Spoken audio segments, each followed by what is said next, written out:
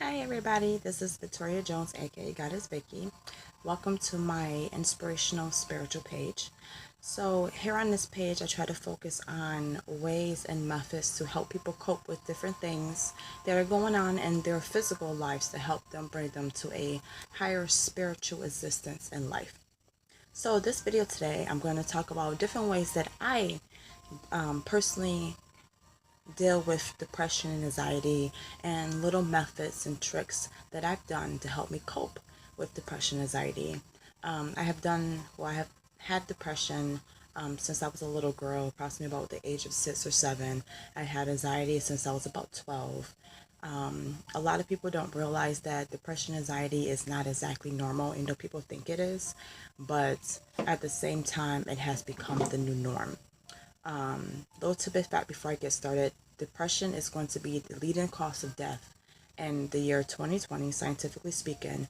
So that means that it will outweigh pretty much the cause of car accidents, of murders, of etc. So I feel that now is the time more than ever to start facing your fears and deal and come up with different ways to help you deal with the process and help you move on in the future. So,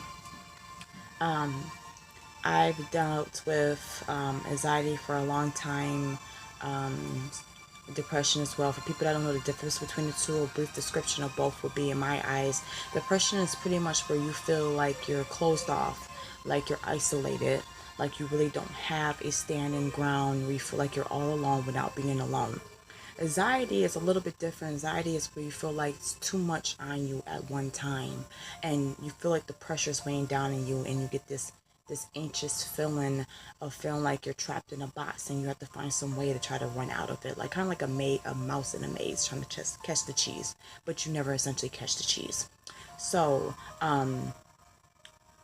what made me really decide to deal with my depression anxiety was actually a year ago.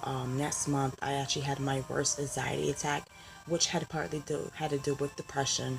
I was in a very toxic and hostile environment, relationship wise, family, just everything in general, and it started to weigh down on me to the point where I actually almost died due to anxiety attack that I had during the month of September, where it pretty much lasted almost 3 weeks. I lost over 10 pounds. I started bleeding profusely through my nose. Almost had to go to the hospital. Literally almost died. So me making this video is hopefully will help you guys see that there is help out there, that you're not alone, and also at the same time be able to deal with these problems so that way you don't get to how far I got to before I was like, enough is enough. So some of the ways that I deal with depression anxiety is things like eating right. When you eat the right foods, fresh fruits, fresh vegetables, whole grains, it actually balances your chemicals within your body and your mind, because depression and anxiety is more a mental thing than it is a physical thing. So it helps you to align your chemical balance the way you need to, so that way you can process stuff more healthily throughout your body and process it more healthily emotionally and through your mind. My second tidbit that I've done a lot of recently is self-care. Now, a lot of people feel that self-care is selfish. I'm telling you right now, it's not. Self-care is most of the most influential things that you probably can ever do in your life.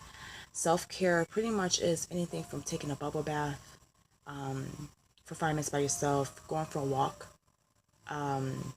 yoga, meditation, any way that's basically self-care that validates yourself to let you know that you care about yourself, and essentially will show other people how to care about you as well. A lot of stigma is on the whole self-care thing. Self-care is not selfish, it's selfless, because essentially you have to care about yourself in order to be able to care about other people and show other people that you care as well.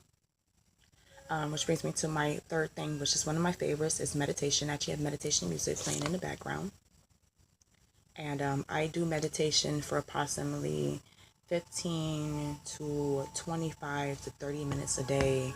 I try to do it every day, just in the morning, in the afternoon. I feel a little stressed out. Just take a couple minutes, listen to some calming, carefree breathing music, and then, just breathe and meditate and let the stress and the worries of the day kind of dissolve away from you, and then that way it can help you bring your focus back to what you actually need to bring it back to. Another big tip for me is sun gazing. So now sun gazing is another thing that people kind of announce against, and it's actually not a bad thing. You're actually supposed to take in the sun's rays.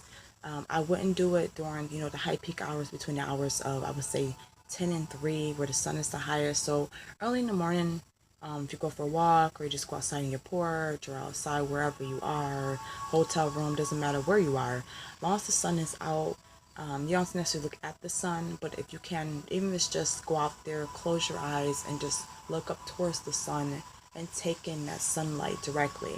And I would start off as quickly as 5-10 minutes a day. I do it for about 20 to 30 minutes. I actually can do it to the point where I actually can stare at the sun. It takes a lot of practice to do that, but there's a lot of more beneficial reasons why you should sun graze than you shouldn't. So the next one for me is water. Water, water, water. That means no sugary drinks, no sodas, water. Now, I mean, obviously everyone likes a good, cup of juice, good Coke, Pepsi, orange, whatever. But essentially, water is the greatest thing for you. Water is your greatest asset because water helps clean and detox your body naturally. Even if you want to do lemon water, lime water, watermelon water, it doesn't matter what kind of water it is. Make sure you drink enough water to refill your body. Sometimes when you're having an anxiety attack, if you drink water, it actually can help calm you down. Because one, it forces you to breathe regularly while you're drinking the water down. And two, it kind of helps force you to keep you in one spot to help calm you down essentially at the same time. The next thing that I do a lot of to help me get rid of depression actually is yoga and Pilates. Yoga and Pilates, what it does, it helps to energize your body a little bit without doing too much. It helps you to gain flexibility. It helps you to gain motion and basically help you recognize each individual part of your body while you're doing certain routines or certain movements in order to help you to liberate yourself in your mind, your body, and your spirit. If you don't like that kind of, extracurricular activity, you can do anything like working out, boxing, running, track, basketball, football, anything that basically is a cardiac type activity that you're doing between at least 20 to 30 minutes a day, a couple of days a week, especially if you're feeling depressed, especially if you're feeling anxious on both sides. If you're feeling depressed and you're just mad at the world and you feel like the world hates you, punch something. Don't punch a person, but punch something. Punch a pillow. Go out to the gym and go on the treadmill for like 10-15 minutes and just run. Pretend like you're running from something and just run, run, run, run, run, run, and get rid of that anxiety, get rid of that thought in your head that you're not good enough, that you're not doing something, because essentially as soon as you get done, you just did something. You just worked out. You just put yourself first. So that actually helps a lot mentally and emotionally. Next one could be tricky. A lot of people are going to say if I'm depressed, if I'm anxiety, I don't want to be around people, but go out. You don't have to necessarily go out with anybody. You can go out with yourself. You can take yourself to a movie. You can take yourself to dinner. You can take yourself to lunch. Because that one, you're by yourself, and two, at the same time, it helps push you out a little bit more to be in a more concentrated public environment. So I wouldn't say, go to lunch with a bunch of friends. I mean, if you can, great, sure, that's what you're up to. But if you're not, then cancel plans with your friends and go to lunch by yourself. Who cares if they see you there? Just tell them, I'm feeling depressed right now, I feel anxiety right now, very anxious. I need to be by myself at this moment, but I still need to eat. You want to go to a movie, it's a movie you really, really want to see, you've been waiting to see it, and you don't have any friends to go with you? Take yourself. Who cares? Put yourself first. Make sure that you do for yourself. Big thing for me after that is music.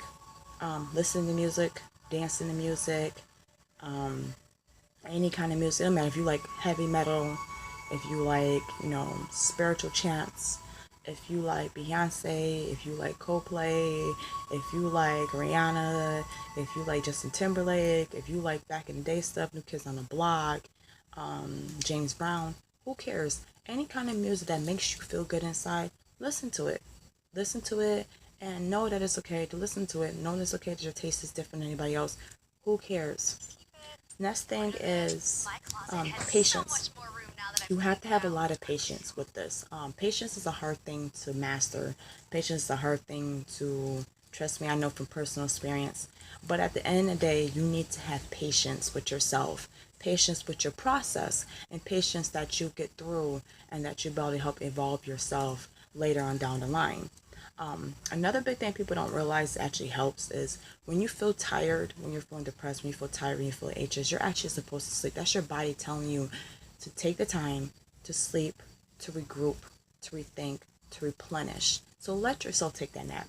Take a nap for an hour, 2 hours, 3 hours. Who cares? Especially if you haven't been sleeping a lot, because I know people with anxiety, you have a tendency to not want to sleep, to always want to be up to every single noise, gotta jump up, gotta move, gotta do this, gotta do that. Sleep. Let your body sleep. It's okay to let your body sleep. Because at the end of the day, if you don't sleep, your mind won't be able to process stuff the way it needs to. And you're hurting yourself instead of helping yourself. My second to last thing that I like to do a lot of when I'm feeling depressed, anxiety is, do you have a favorite show, favorite movie that you watched 10 million times? Like, for instance, me, my favorite shows are I Love Lucy, Marital Moore, Good Times, Power, Pose, favorite movies, anything from The Craft to Wonder Woman to I'm a big comic book person. So comic book movies, those actually do it for me. So I'll sit there and I'll watch the same movie. Like right now, my go-to movie is actually Ocean's 8. If you haven't seen it, ladies, I highly recommend you see it. Men too, it's great. If you like Ocean's 11, you'll love Ocean's 8. So that's kind of my movie right now on repeat, consistently playing it whenever I feel like I need a little pick me up. And then lastly, and most important thing is, this goes along with self-care, self-love. You have to learn to look inside yourself and learn to love yourself and appreciate yourself. So the more you learn to appreciate yourself, the more you learn to love yourself, the more you learn to put yourself first, the more actually you can help benefit yourself. The more you stop listening to what you feel like you have to be in society standards and be what you were meant to be in your heart, in your mind, in your body, in your soul. So hopefully these tips work. I'm going to do a more in-depth video, part 2, kind of with my background on what led up to my anxiety attack last year. Like I said, to the point I literally almost died. My kids almost watched me die. I have 2 children. So it gets, sometimes you get down that tunnel and you feel like you're in a ditch and you can't climb out. And then sometimes you have to realize that the only person that's responsible to help you climb out is you. So sometimes you gotta, make that rope. Matter if you gotta be like Rapunzel and make it out of your hair. Make the rope. Swing it up. Build yourself back up. Climb up slowly. Eventually you'll get back up there. And you'll get back on solid ground. Sometimes you might, slip a foot. Almost felt to fall back in. But it'll be okay. At the end of the day, as long as you put yourself first, as long as you focus on yourself, you focus on what's positive for you, what you need in your life. At the end of the day, that's all that matters, is yourself. Because until you can get yourself and get that picture full in yourself, you can't spread that love, that generosity, that compassion for other people. So I'm saying, not don't help other people, don't put other people first, but you need to put yourself first and foremost. If it does not benefit you, if it does not benefit how you are, then you don't need to worry about it. It's not important. Like I said, but most importantly of all, it does take patience. It takes time. It takes diligence. It takes that certain mindset to pull yourself out of it, to realize you don't need anybody. Because sometimes we rely on people on the outside, but sometimes we're not realizing that we're relying on damaged people. We're relying on people that don't have their own lives together. We're relying on people that went through a lot of struggle and stuff by themselves. And we're not helping them by adding more stress, just like they're not helping us by adding more stress to our situation. So sometimes you have to isolate yourself. Sometimes you have to do what's best for you. And if that person has a problem with that, then you need to sit there and think about it. Like, you know what? Is that person really there for me? Is that person really going to be a positive atmosphere in my life? Because it doesn't matter if you've been with someone for 5 years, maybe you've been with someone 10 years, 15, 20, 25 years. It doesn't matter.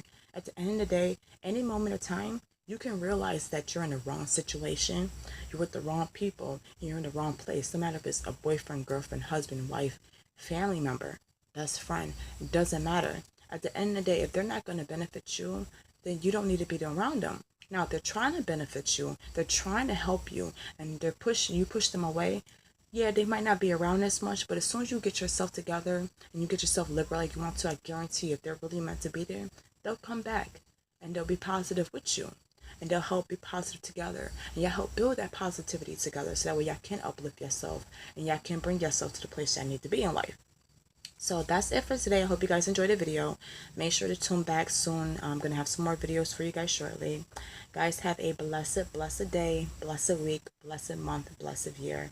And namaste.